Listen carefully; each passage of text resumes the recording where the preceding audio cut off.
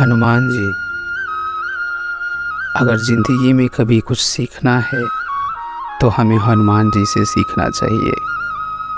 हनुमान जी की कई उदाहरण हैं और ऐसे अनगिनत उदाहरणों में हनुमान जी हमको कुछ न कुछ अवश्य सिखाते हैं। हनुमान जी के उदाहरणों से इतनी सीख मिलती है कि जहाँ मामला अहम का हो वहाँ बल नहीं, बुद्धि का इस्तेमाल करना चाहिए। बड़े लक्ष्य को पाने के लिए अगर कहीं झुकना भी पड़े तो झुक जाना चाहिए। ये सीख हमें श्री हनुमान जी सिखाते हैं।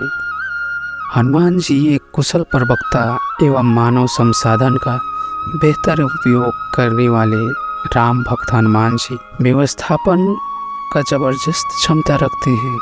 संपूर्ण रामचरितमानस में और हनुमान जी को समर्पित किया हुआ सुंदरकांड में ऐसी कई घटनाओं का जिक्र है जहां पर हनुमान जी ने बल और बुद्धि का बेहतरीन संतुलन पेश किया है। बल और बुद्धि का उपयोग करते हुए हनुमान जी ने माता सीता की खोज की थी। हनुमान जी ने हर समस्याओं को परिस्थिति के हिसाब से सुलझाया है।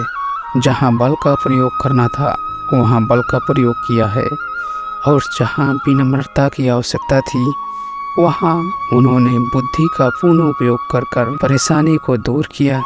हनुमान जी की बातें जिससे हमारे जीवन आसान बन जाएंगे। हनुमान जी को जब विश्राम लक्ष्य मिले, हनुमान जी माता सीता की खोज में जब लंका की तरफ बढ़ रहे थे, तभी समुद्र जी ने हनुमान जी को विश्राम करने का आग्रह किया। अपने भीतर रह रहे मानव पर्वत से कहा कि तुम हनुमान जी को विश्राम करने दो। हनुमान जी विश्राम करने से मना करते हुए निमंत्रणा का मान रखते हुए मानव पर्वत को छूकर आगे की ओर निकल पड़े।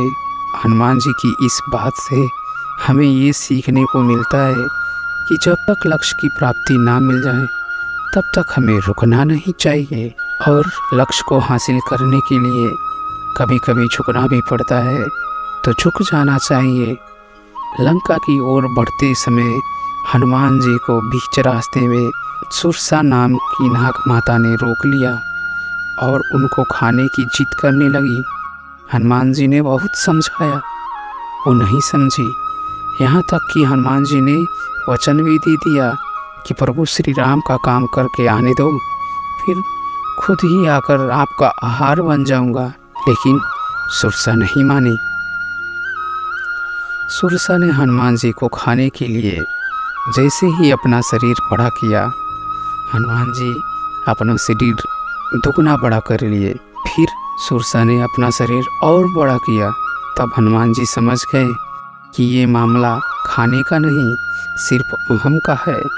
उन्होंने तत्काल सुरसा के बड़े स्वरूप के आगे खुद को छोटा कर लिया और उसके मुंह में घूम के कब बाहर निकल आए उसे पता भी नहीं चला।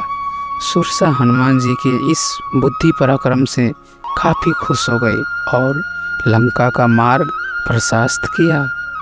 हनुमान जी के इस उदाहरण से हमें सीख मिलती है कि जहाँ मामला अहम का हो वहाँ बल नहीं, बुद्धि का इस्तेमाल करना चाहिए।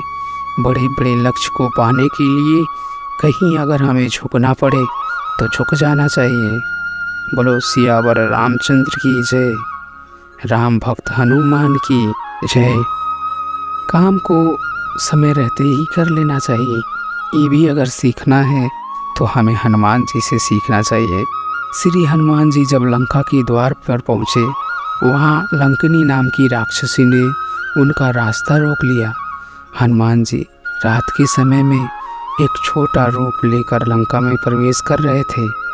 ये परिस्थिति ऐसी थी कि लंका में रात के समय ही चुपके से घुसा जा सकता था।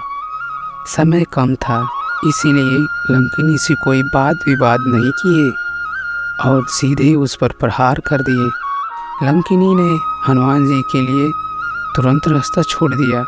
इससे हमें सीख मिलती है कि जब मंजिल एकदम करीब हो और समय का अभाव हो तो हर परिस्थिति की मांग के अनुसार बल का प्रयोग भी करना जरूरी पड़ता है। इसीलिए अगर हमें जीवन में सीखना है तो हनुमान जी से सीखिए। झुक के कैसे रहना है वो भी हनुमान जी से सीखिए। हनुमान जी एक सही रास्ता दिखाते हुए हनुमान जी की कई उदाहरण हैं और ऐसे अनगिनत उदाहरणों में हनुमान जी हमको कुछ न कुछ अवश्य सिखाते हैं। तो जीवन में आगे बढ़ना है तो झुक के रहना सीखिए। जय श्री राम।